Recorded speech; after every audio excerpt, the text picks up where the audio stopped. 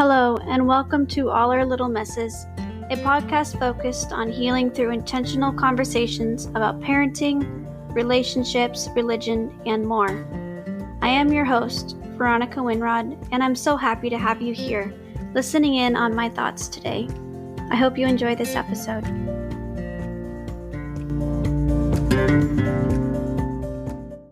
Hello, everyone, and welcome back to All of Our Little Messes. This is Season 1, Episode 3, and today we'll be talking about the biblical background in gentle parenting. I like to start off by talking about why I feel like the concept of true biblical parenting needs to be talked about in Christian circles. There's a couple verses in the Bible that particular Christians like to use as their foundation to justify their method of parenting, and just a little bit of research shows that that is not a very strong foundation to base their parenting on or base their parenting decisions on, their opinions on. So, also I feel like, saying things like spare the rod, spoil the child, and saying that it's a biblical thing, and, saying that in front of your young children really sets them up to have this false foundation of what the Bible actually stands for.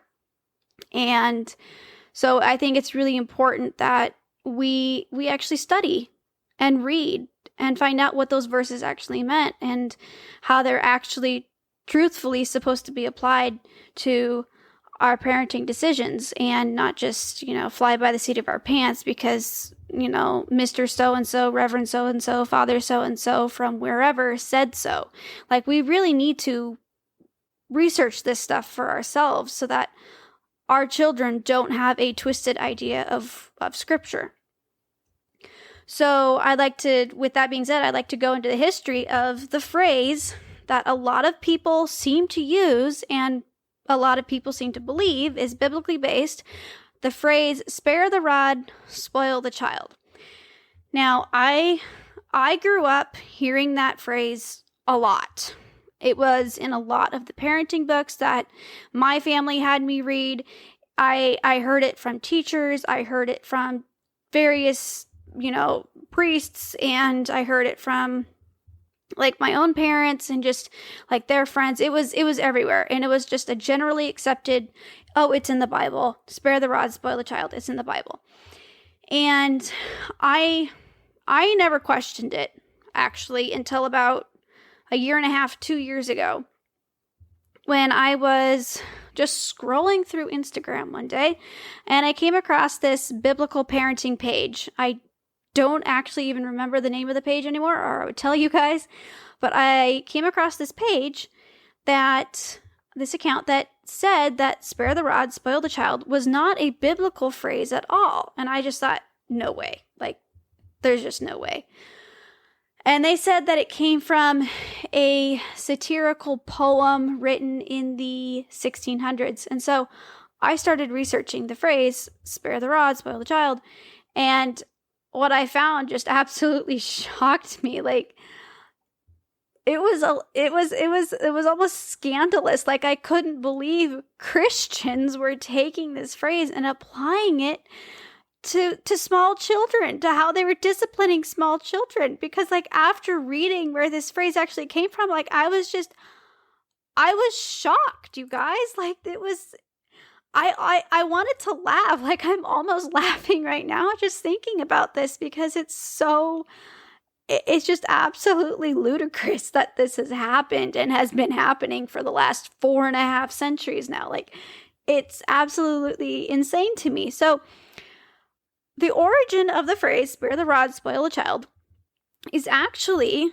from a 17th century poem about a sexual relationship between a widow, a prostitute, and a man named Hudibras. The name of the poem is Hudibras. I believe I am pronouncing that right. I could be wrong, but the poem was written by a man named Samuel Butler, And this was during a time when England was kind of being taken over by Puritans and their very puritanical ideas about sexual relationships and things like that. So he wrote this poem in mockery of their practices. And in that poem, it's basically about various, it has a couple verses in there about various sexual fetishes, but one verse in particular is actually where the phrase "spare the rod, spoil the child" comes from, and it reads, "What medicine else can cure the fits of lovers when they lose their wits? Love is a boy by poets styled, then spare the rod and spoil the child." So in this verse, they take the love, the sexual relationship between these two lovers, this man and this woman, in particular the widow and Hudibras, and basically they use spanking and they espouse it as a method to cure the relationship. Should the relationship start to fail, the love is a boy by poets styled. So the relationship between them is a boy, then spare the rod, spoil the child. So if you spare the rod, spanking in the relationship, then the child, love, will spoil. So in order to save your relationship, you needed to introduce spanking into it. So they, for whatever reason, parents in this time period conveniently forgot about the whole concept and point behind the poem and behind this verse in particular, and they really latched on to spare the rod, spoil the child. So when this poem was actually published in 3 parts, and the last part was published in 1678, and it really became popular in the 1660s on. The 1680s is when people started latching onto this quote and like espousing it as, the biblical basis for corporal discipline in the home. And when I say corporal discipline in the home, I'm not talking just against, just with children. I'm talking about with your wife too, because that has a whole other phrase. They call that domestic discipline.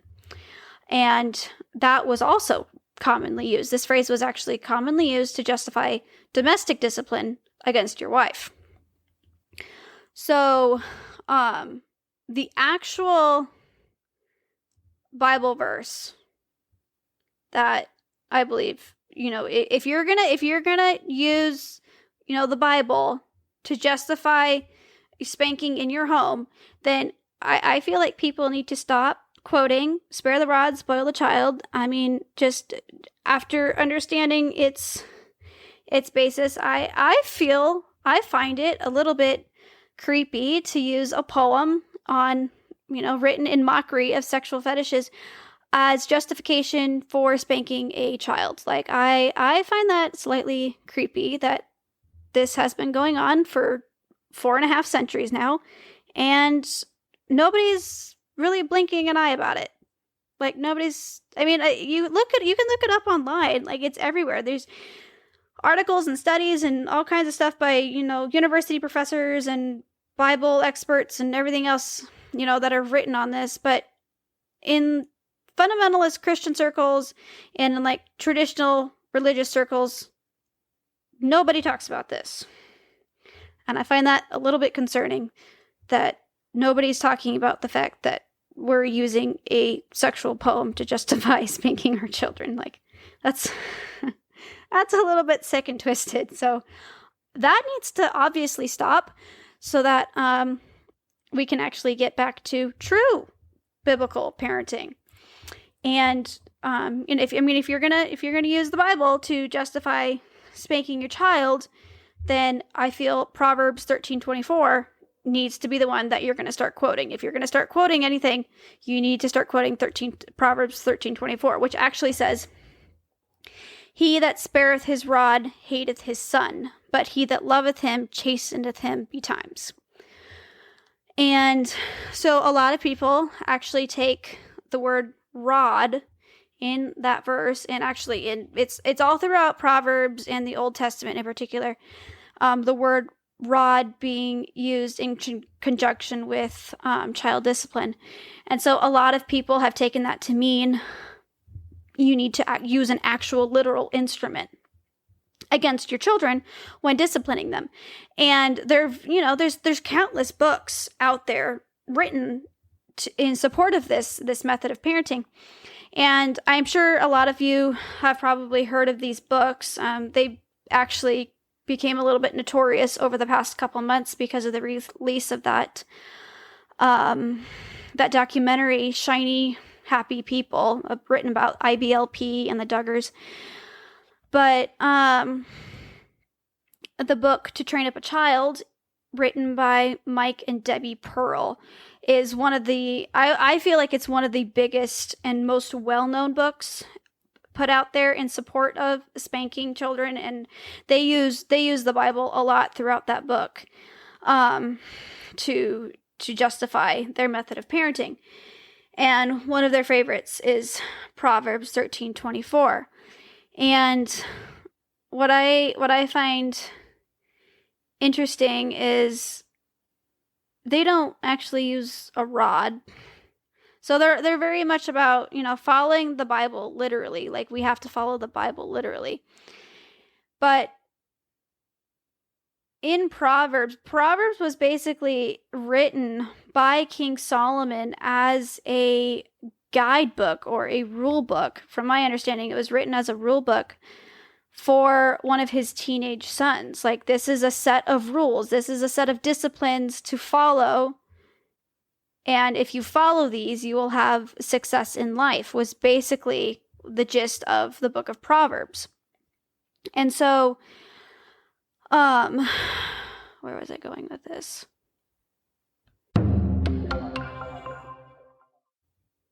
I will have to say I'm sorry about that. And a little disclaimer as I record, future episodes for about the next 6-7 months.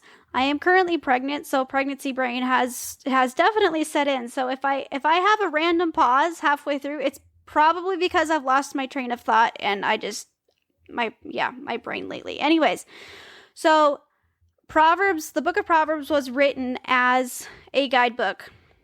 From my understanding, it was written as a guidebook by King Solomon for one of his teenage sons. It was written as a set of disciplines for his children. And so a lot of these things, like he would write, there was one verse in particular where he wrote that if you're a glutton, you should put a knife to your throat. So it is better to kill yourself and put a knife to your throat and kill yourself than it is to be a glutton. So if we were to take a lot of the book of Proverbs in the literal sense, then anyone who falls to the sin of overeating at any point needs to put a knife to their throat and kill themselves. If we're going to follow it literally without even trying to have a basic understanding of what the book of Proverbs is actually trying to say, then we need to kill ourselves. Now, obviously, we all know that to put our knife to our throat and kill ourselves is, a major sin against God. We do not have guardianship over our own lives. God has control over that. So it's a sin for us to take our own life.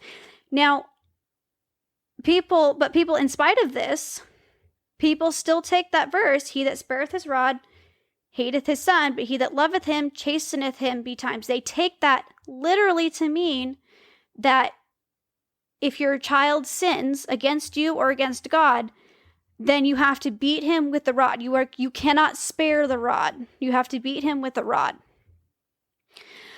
And so, obviously, that's led to a culture of a lot of Christians using corporal punishment and believing that they're, actually following the Bible, which, kudos to them. Like, we're supposed to follow the Bible. Like, we're supposed to do what we think God wants us to do.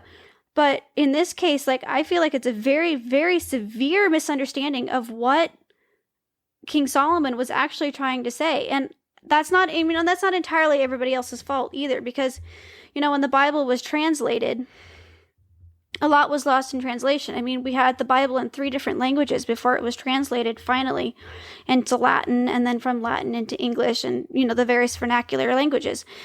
So a lot is lost in translation. And so, like, sometimes in order to understand what the Bible is actually trying to say, we have to go back to the original language that it was written in and see what that word was and how it best translates into our current vernacular language that we're using. So in this case, English. And in English, so in the word, in the original Hebrew that the book of Proverbs was written in, the word rod was shabbat, which translated loosely into the rod the shepherd used to herd, count, correct, or diagnose, like medically diagnose his sheep. And it's very, very important to note here that it was never, ever used to beat or harm the sheep in any way. The only time the rod was ever used in a violent way was to beat away intruders, wolves. They talk about lions in the Bible, the shepherd beating away lions. I'm assuming in this case they would probably be talking about like mountain lions and stuff like that. But it was never, you cannot find an instance in the Bible where it talks about the rod or staff being used to beat the sheep. Ever. It always talks about comforting the sheep, protecting the sheep, correcting the sheep. It never talks about beating the sheep. And so, like, with our understanding of the word shabbat, meaning rod that the shepherd used to herd his sheep, like, with that understanding, it's kind of laughable to think about the sheep trusting a shepherd or trusting an object when it's being used to, diagnose a skin problem, for instance, because they would use the crook at the end of it to like lift the wool and then, to see if there was any skin problems. Like, it's kind of laughable to think about the shepherd using the same tool he used to beat the sheep to also medically diagnose the sheep, and the sheep being, an animal with no deductive reasoning. It's kind of, if it was used to harm him, that sheep would run away from it. And obviously that didn't happen. So, the word was actually, the same translation, the same word Shabbat was actually also used in Psalm 23 verse 4, which is like one of the most popular and famous Bible verses. It is, one of the most famous, but one phrase of that was thy rod and thy staff, they comfort me. So, like, I would just pose a question. How can an object that is used to beat your child also be a source of comfort to your child? Like, if I used a wooden spoon on my child to spank him with it, he's probably not going to use it as a source of comfort when he's sad. It's not a comforting thing. So how is the staff? How can we say thy rod and thy staff, they comfort me? And then also turn around and say, he that spareth his rod hateth his son. Like, I feel like the two understandings that current understanding that parents have don't match. And like, I feel like the parents really need to dive into what this all means. And they actually have several verses throughout the Old Testament in particular. Exodus 21:20, if a man smite his servant or his maid with a rod, and he die under his hand, he shall be surely punished. So we see here in this verse that the rod was a heavy enough instrument in the Bible that it was capable of killing a person. And like, God had to actually write into the book of Exodus, it was actually written into the book of Exodus that if you killed someone using your rod or staff, you were to be punished. Because it was a heavy enough instrument. So how can we, justify using a rod to, discipline our children knowing that it also has the potential to kill them. Like the two they don't correlate. They don't match up. Like it's not something that we can honestly even contemplate or think about. Like it shouldn't even be a thought in our mind. So just from like a very basic understanding of the word shabbat, which was rod, the shepherd used it to herd his sheep. He used it to count his sheep. He used it to correct their direction. He used it to diagnose and heal his sheep. It was never used to beat or harm the sheep. So with that understanding of the word shabbat, which means rod in original Hebrew in the Bible, just from a basic understanding of that, we can see that they are not speaking of an actual literal spanking or beating of a small child.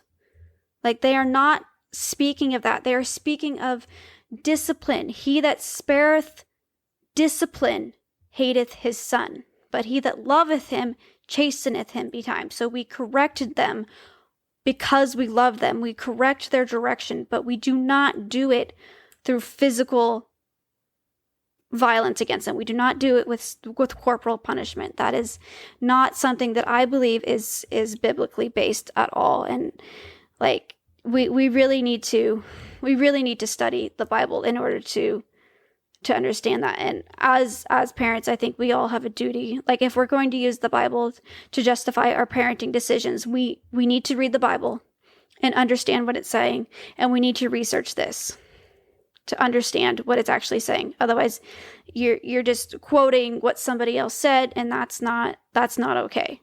That's not okay to just, quote what Joe Smith down the road said. Oh, Joe Smith said, spare the rod, spoil the child, and he said it's biblical, so therefore, no, that's not enough. Like we need to actually look into this. We need to actually we need to look into what we're being told. Like we just can't take it for granted anymore. Another verse that I'd like to bring up is St. Paul in Colossians chapter 3, verse 21 said, "Do not provoke your children to anger, lest they be discouraged." And in the original Greek that this was written in, it was also often understood to be broken in spirit. So discouraged also could mean broken in spirit. So provoking our children to anger and beating them down all the time was spoken against by St. Paul, because it could lead to a child being broken in spirit. And, the use of a rod is an actual literal beating down. And I would say 95% of the time, it will lead a child to anger. Your child will be angry at you in one way or another. Even if they hide it from you, they will be angry at the injustice of it all. And like even Jesus spoke out about, driving our children to anger and scandalizing them by our treatment of them. In Luke 17:2, he said, "It were better for him that a millstone were hanged about his neck and he cast into the sea than he should scandalize one of these little ones."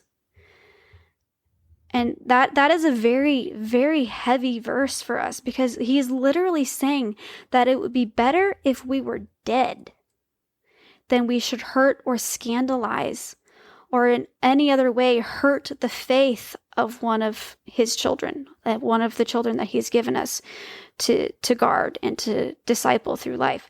So like we have to be very, very careful with how we raise our kids, and we have to be very, very careful with how we apply the Bible and how we just, flippantly cast around Bible verses. Oh, the Bible says, we have to spank them with a rod. And so, we have literal switches that we cut off of trees. And in a lot of cases, I've actually heard of parents doing this.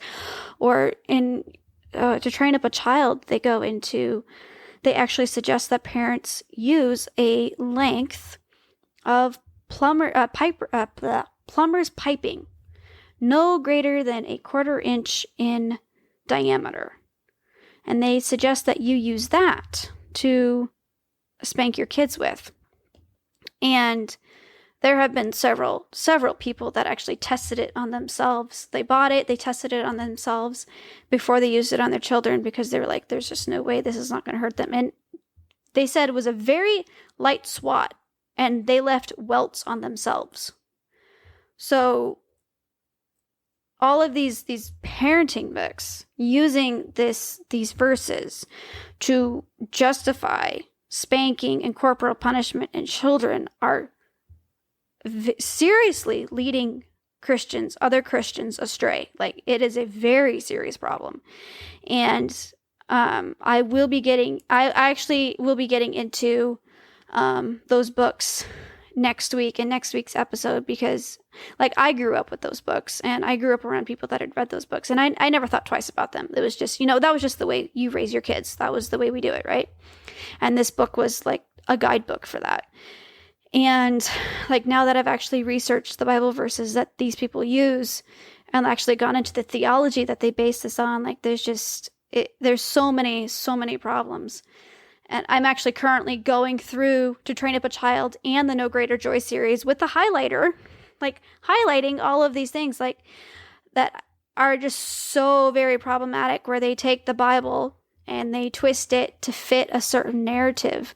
And it's a huge problem. And it's one that definitely needs to be talked about more. Like, we are called to encourage our children and to chasten them with the rod of correction, okay? With the rod of correction, not chasten them with a rod of correction. We're called to chasten them with the rod of correction, which as we already have seen, translates into discipline.